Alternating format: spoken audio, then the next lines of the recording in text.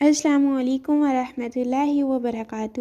اللہ پاک ہم سب کو ایمان اور صحت کی بہترین حالت میں رکھے۔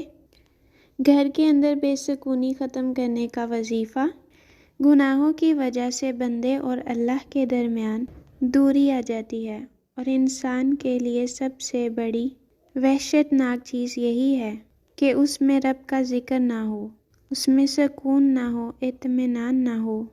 پھر اسی طرح یہ ہے کہ انسانوں کے درمیان بھی دوریاں پیدا ہو جاتی ہیں، آپس کی محبتیں ختم ہو جاتی ہیں، گھروں کے اندر بے سکونی ختم ہو جاتی ہے، اور قوموں کے افراد کے درمیان آپس میں ناچاکی، لڑائی جھگڑے پیدا ہو جاتے ہیں۔ اسی طرح گناہ کرتے رہنے سے انسان کے دل کے اندر سے گناہ کی نفرت ختم ہو جاتی ہے، اور جب گناہ کی نفرت نہیں رہتی تو انسان آسانی سے گناہ کرتا چلا جاتا ہے، اور اتنا بے حس ہو جاتا ہے، گناہ کرنے کے باوجود اسے احساس نہیں ہوتا کہ اس نے گناہ کیا ہے، اور پھر اسے توبہ کی توفیق بھی نصیب نہیں ہوتی۔ پھر اسی طرح انسان پر شیطان مسلط ہو جاتا ہے، ایسا انسان شیطان کا اعلی کار بن جاتا ہے جو گناہ کرنے کے بعد توبہ نہیں کرتا، اور بعض گناہوں کی وجہ سے انسان لعنت کا مستحق بھی ہو جاتا ہے، یعنی اللہ تعالیٰ کی رحمت سے دوری ہو جاتی ہے، جیسے رسول صلی اللہ علیہ وآلہ وسلم نے سود کھانے والے پر اور کھلانے والے پر لعنت بھیجی ہے۔ پھر اسی طرح انسان بعض اوقات بڑے گناہ نہیں بھی کرتا، لیکن چھوٹے گناہ معمولی سمجھ کر کرتا چلا جاتا ہے۔ تو یہ یاد رکھنا چاہیے کہ چھوٹے چھوٹے گناہ مل کر انسان کو ڈبونے کے لیے کافی ہو جاتے ہیں۔ رسول صلی اللہ علیہ وآلہ وسلم نے فرمایا، چھوٹے گناہوں سے بھی اپنے آپ کو بچاؤ، کیونکہ بعض اوقات بہت سے چھوٹے گناہ بھی اکٹھے ہو کر انسان کو ہلاک کر دیتے ہیں۔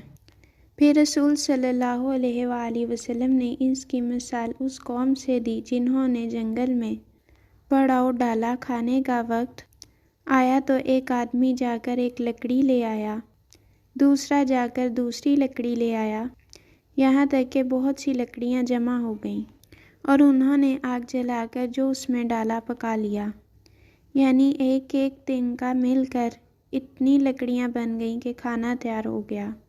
تو اسی طرح چھوٹے گناہوں کی کثرت انسان کو جلانے کے لیے کافی ہے، یعنی چھوٹے گناہوں کی کثرت انسان کے لیے بڑی مشکل کا پیش خیمہ بن سکتی ہے۔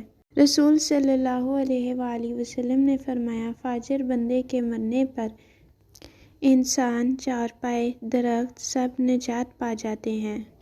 پھر اسی طرح یہ ہے کہ قیامت کے دن انسان پر گناہوں کا بوجھ ہوگا جو اس کے لیے شرمندگی کا باعث ہوگا۔ پھر قرآن پاک میں آتا ہے، کوئی بوجھ اٹھانے والا دوسروں کے گناہوں کا بوجھ نہیں اٹھائے گا، اور اگر بوجھ سے لدا ہوا شخص کسی دوسرے کو بوجھ اٹھانے کے لیے بلوائے گا بھی تو کوئی اس کے بوجھ کا کوئی بھی حصہ اٹھانے کو تیار نہ ہوگا، اگرچہ وہ اس کا رشتہ دار ہی کیوں نہ ہو۔ اور اسی لیے بہت ضروری ہے کہ انسان اپنے گناہوں سے توبہ کر لے اور استغفار کرے، دنیا سے رخصت ہونے سے پہلے اپنی بخشش کروا لے، کیونکہ بخشش کا دروازہ موت تک کھلا رہتا ہے، لیکن مرنے کے بعد قبر کے سارے عرصے میں بھی استغفار کرتا رہے تو اس کو کوئی فائدہ نہیں ہوگا۔ اللہ تعالیٰ خود انسان کو استغفار کرنے کی ترغیب کرتے ہیں، فرماتے ہیں، کیا یہ لوگ اللہ کے حضور توبہ نہیں کرتے اور اس سے بخشش طلب نہیں کرتے؟ حالانکہ اللہ بخشنے والا اور رحم کرنے والا ہے۔ اسی طرح تمام لوگوں کو اللہ تعالیٰ نے استغفار کا حکم دیا، اور یہ کہ اپنے پروردگار سے معافی مانگو اور اس کے حضور توبہ کرو۔ ایمان والوں کی صفت یہ ہے کہ وہ خاص کر سحری کے وقت توبہ کرتے ہیں۔ تو ہم سب کو چاہیے کہ ہم اپنے گناہوں سے استغفار کریں اور توبہ کریں اللہ کے حضور، تو اس سے ہمارے گھروں میں بے سکونی ختم ہو جائے گی۔ اللہ تعالیٰ ہمیں اس کی توفیق عطا فرمائے۔ السلام علیکم ورحمۃ اللہ وبرکاتہ۔